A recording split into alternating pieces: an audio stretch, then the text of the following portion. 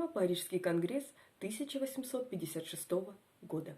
Парижский конгресс – это дипломатическая встреча, состоявшаяся в 1856 году во Франции, в Париже, с целью заключения мира. Это произошло спустя почти 3 года после начала Крымской войны. Как известно, в Крымской войне Россия проиграла с позором. Данная война была поворотным моментом для России. Она ослабила армию, истощила казну и подорвала влияние России в Европе. России понадобится десятилетия, чтобы восстановиться. Унижение России вынудило ее образованную элиту определить свои проблемы и признать необходимость фундаментальных реформ. Они рассматривали быструю модернизацию как единственный способ восстановить статус империи как европейской державы. Таким образом, война стала катализатором реформ социальных институтов России, включая отмену крепостного права и реформы системы правосудия, местного самоуправления, образования и военной службы.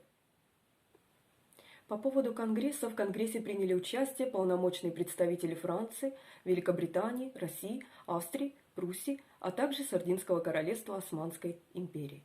Результатом стало подписание Парижского мирного договора, Парижского трактата. Парижский мирный договор, Парижский трактат 1856 года положил конец Крымской войне между Российской империей и Альянсом, куда входили Османская империя, Великобритания, Вторая империя, Французская империя и Сардинское королевство. Договор, подписанный 30 марта 1856 года на Парижском конгрессе, сделал Черное море нейтральной территорией, закрыл его для всех военных кораблей и запретил укрепление и наличие вооружений. Договор уменьшил влияние России в регионе, условия возвращения Севастополя и других городов на юге Крыма в состав России были жесткими, поскольку Россия не могла создавать на побережье Черного моря ни военно-морской, ни военный арсенал.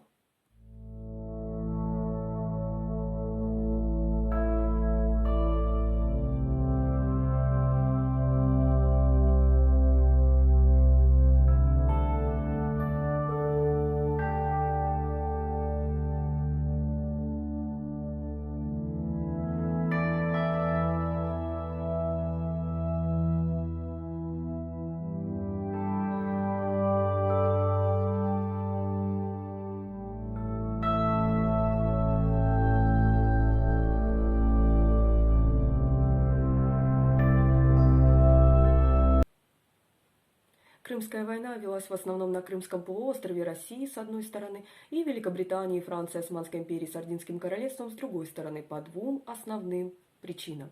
Первой причиной было требование русских о лучшем обращении с православными подданными Османской империи и об их праве защищать их. Второй причиной был спор между русскими и французами о привилегиях Русской православной и Римско-католической церквей в Палестине. При поддержке Великобритании и Франции султан объявил войну России 4 октября 1853 года. 28 марта 1854 года обе другие державы объявили войну России. 26 января 1855 года Сардинское королевство также вступило в войну, отправив 10 тысяч солдат на помощь союзникам против России. На протяжении всей войны главной заботой русской армии было сделать так, чтобы Австрийская империя осталась в стороне от войны.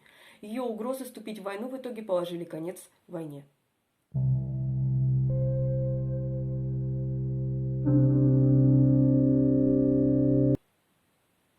Великими державами в Европе были Франция, Великобритания, Россия, Австрия и Пруссия. Также на Конгрессе присутствовали представители Османской империи и Сардинского королевства. Они собрались, когда Россия приняла первый набор мирных условий после того, как Австрия пригрозила вступить в войну.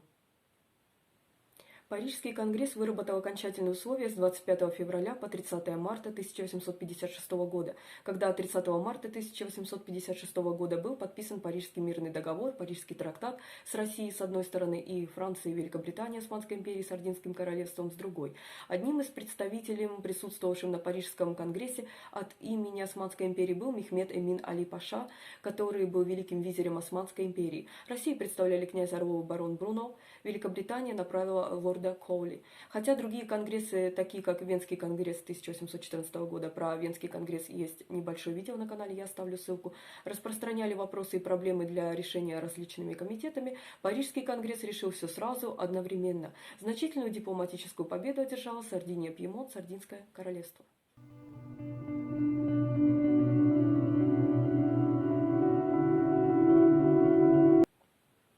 Результатом Конгресса стало обязательство всех держав совместно поддерживать целостность Османской империи, гарантируя тем самым ее независимость.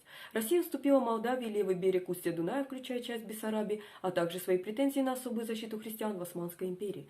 Молдавия и Валахия, которые вместе станут Румынией в 1858 году, наряду с Сербией, были признаны квазинезависимыми самоуправляющимися княжествами под защитой других европейских держав. Османский султан согласился в свою очередь помочь улучшить положение христианских подданных своей империи.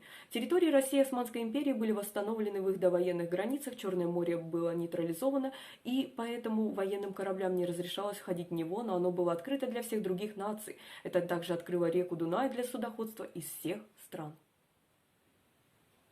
Турецкие историки до сих пор выражают недовольство, хотя Османская империя была на стороне победителей, Порто также потеряла право иметь военно-морской флот в Черном море вместе с Россией.